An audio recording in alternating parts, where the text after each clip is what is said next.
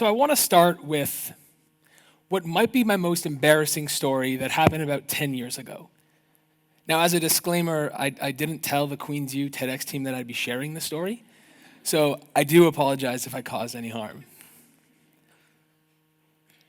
So when I was 15, I pooped in a urinal.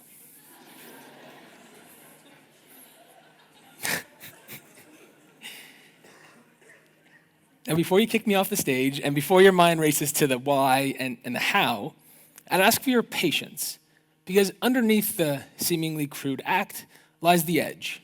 So bear with me. So 15-year-old Evan was a good student athlete, social, interactive in the classroom, so I was well liked by my peers and my teachers. But I tended to push the envelope. Now, like most good decisions, this one starts in an unsupervised, testosterone-fueled hockey locker room. For context, my high school, we didn't have our own arena. We had to rent ice from the city of Verdun. And at practice on this day at Verdun, I obviously had to go to the bathroom, but the toilets were clogged. So I turned to my teammates, and one of them had the brilliant suggestion that I go in the urinal. His sound advice of "it's all the same," paired with the excitement that filled the room from his suggestion, was enough for me to once again push the envelope. So I did it, we all had a laugh, and then we moved on.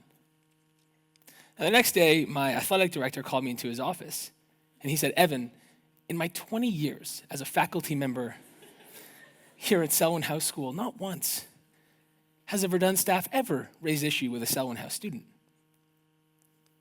But yesterday, one of your teammates had the audacity to defecate in a urinal."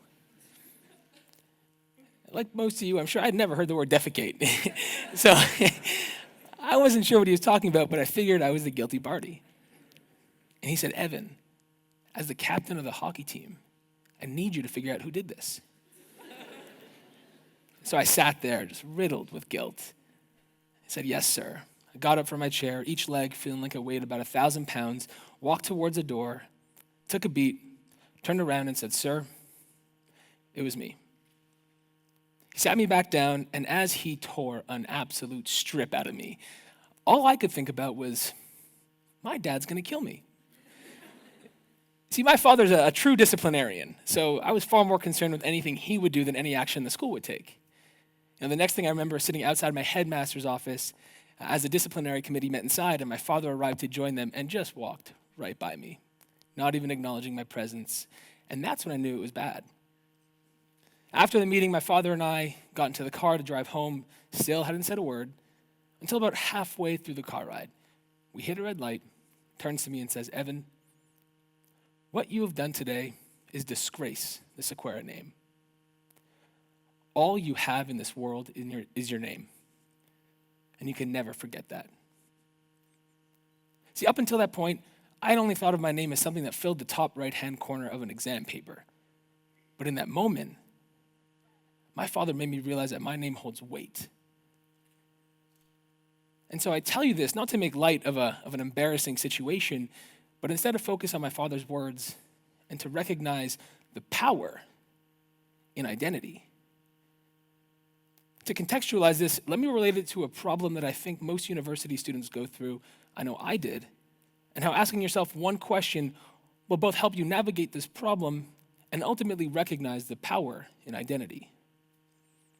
So 4 years ago, when I was in your seat, I had no idea what I wanted to do after school. Right? I was a business student, so the natural progression was to take a job and start your career, but by no means did I feel qualified to make what felt like such a massive decision, a career. So I went and I got advice from young alumni and friends who I trusted about what they enjoyed most about their jobs and how they chose their roles. And the overwhelming advice that I got was, "Evan, I enjoy being challenged. Go do something that's challenging." So I thought about it. I took the advice at face value, given I had no experience, and figured I'm gonna go after something that's challenging. Now, at the same time, as a business student, the most revered jobs were those high-paying roles in banking and consulting, despite none of us knowing what a banker or a consultant does. But see, much like grades in our academic career, a salary is a quantifiable metric to benchmark yourself against your peers. And I fell into that that narrow-minded thought and figured, I want to be ranked highly amongst my peers. And so that, in tandem with the desire to go get a challenge, is how I ended up on the trading floor. And the trading floor was no doubt challenging. It's a fast-paced, high-impact, high-stakes environment, and where early on I was making multi-million-dollar currency trades, I was selling financial derivative product, and I was making great money. Every day was an exhilarating challenge. Up until the point it no longer was. So I started losing that vigor and excitement that I had. I became less present in my role, and honestly, I noticed I was hitting the snooze button a lot more in the mornings. At first, I felt betrayed by the advice that I'd been given. I went after that challenging job, and I got that high-paying salary, but here I was, and something was missing. And as I looked around, I noticed that a lot of my peers were feeling the same way. Data showed that 7 out of 10 employees under the age of 30 feel unsatisfied in their role. What's missing? So I thought about it, and you see, if I gave you a Rubik's Cube, right, and I asked you to solve that Rubik's Cube, that would be challenging. But unless I tied the very success of you solving that Rubik's Cube to something that was true to you, something that aligned with your identity, you would soon lose interest in that challenge. There needs to be a deeper connection to the challenge. And so I decided to reframe this blinded quest to be challenged into something more poignant. And I asked myself, what do I want to be challenged for? In Viktor Frankl's A Man's Search for Meaning, he examines his own experience as a Holocaust survivor. And he used the power of his identity to get through one of the most horrific experiences in human history.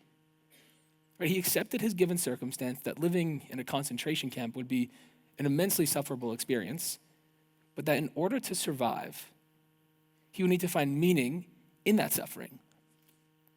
Now for him, that meaning was the love he had for his wife and the hope of one day reconnecting with her. And in a similar context of our career, we need to accept our given circumstance that anything we do will be challenging, but to use the power of our identity to understand what we want to be challenged for. Now, as I asked myself this question, I realized that the answers were far different than the inputs I had used to go after that job on the trading floor. And so this is how I ended up leaving to join Capitalize for Kids, where our mission is to solve some of the toughest challenges in children's brain and mental health. After meeting with the co-founders and having a few conversations around what we were looking to accomplish, I realized that this was what I wanted to be challenged for. A chance to bring my skills to an organization where I can build and grow something that would have a meaningful impact on an illness that we have all been touched by. An impact that would last far beyond our time and extend far beyond any one individual's reach. And so that's why I joined Capitalize for Kids from the trading floor. And now it's not to say that everyone in banking or consulting should quit their jobs and go work at a nonprofit. No, I'm grateful for the time that I spent on the floor, for the skills that I learned, and for the relationships that I built. But by asking yourself this question, by understanding what you want to be challenged for, you begin to feel empowered by your identity. And what you want to be challenged for is transient. It's not a stationary target. So, what I wanted to be challenged for at 24, or maybe join Capitalize for Kids, is different from what it is today, and will likely change again in 12, 24 months down the road. And it's not to say that every time it changes, you need to make a drastic career move, but it's simply a way for you to better understand yourself and to feel empowered by your identity. It's difficult, right? It's a hard thing to do. Right? We live in a noisy world full of information, a world where opinion is often mistreated as fact, a world where we are distracted by everything that we're missing out on, and a world where a stranger's perfectly captured moment will set our standard for self-worth. But in this information age where we're inundated with everyone else's thoughts, opinions, and lifestyles, it is now more important than ever that we are intentional about understanding who we are and what we want. Because if we do not take the initiative to ask ourselves the right questions, our identities will wind up being shaped and chosen for us. And to lose oneself in this context might be the most hopeless feeling of all. Now, I started this talk with a story that involved my father, so it's only fair that I end it with one involving my mother. So my mom's a nurse, and she has been since she was 18, and she's one of those people who's doing exactly what she's supposed to be doing. In my unbiased opinion, she's the greatest nurse on the planet, but more objectively, she's one of those people whose jobs is just so congruent with who she is as a person. And I saw this firsthand. I used to volunteer at the elderly care facility where she would work, and I saw the level of care she provided. She's always so present in her role, so loving and kind. The same qualities that make her such an exceptional mother are what make her such an outstanding nurse. And now, despite nursing being her calling, there are days where, obviously, her job is challenging, and she's human, so there are days where she probably doesn't want to go to work. And so when I was disconnecting from my role at the bank, I asked her how she handled this. And she said, Evan, going to the doctor when you're sick is an incredibly vulnerable experience. Yeah, I thought about it. If you're weak and sick and you don't know what to expect from the doctor, yeah, you're probably scared. If you WebMD'd your symptoms beforehand, you're probably terrified. And she said, Evan, all I want to do is make this vulnerable experience less scary, less threatening, and provide comfort in the pain through warm human connection. She said, yes, my job is challenging, but providing a positive experience through warm human connection is exactly what I want to be challenged for.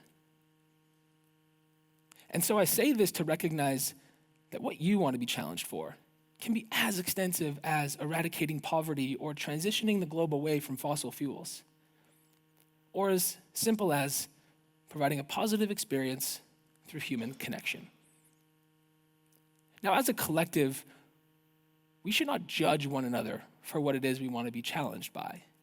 Right? We should instead encourage each other to pursue this journey of self-discovery and ultimately recognize the power in our identity.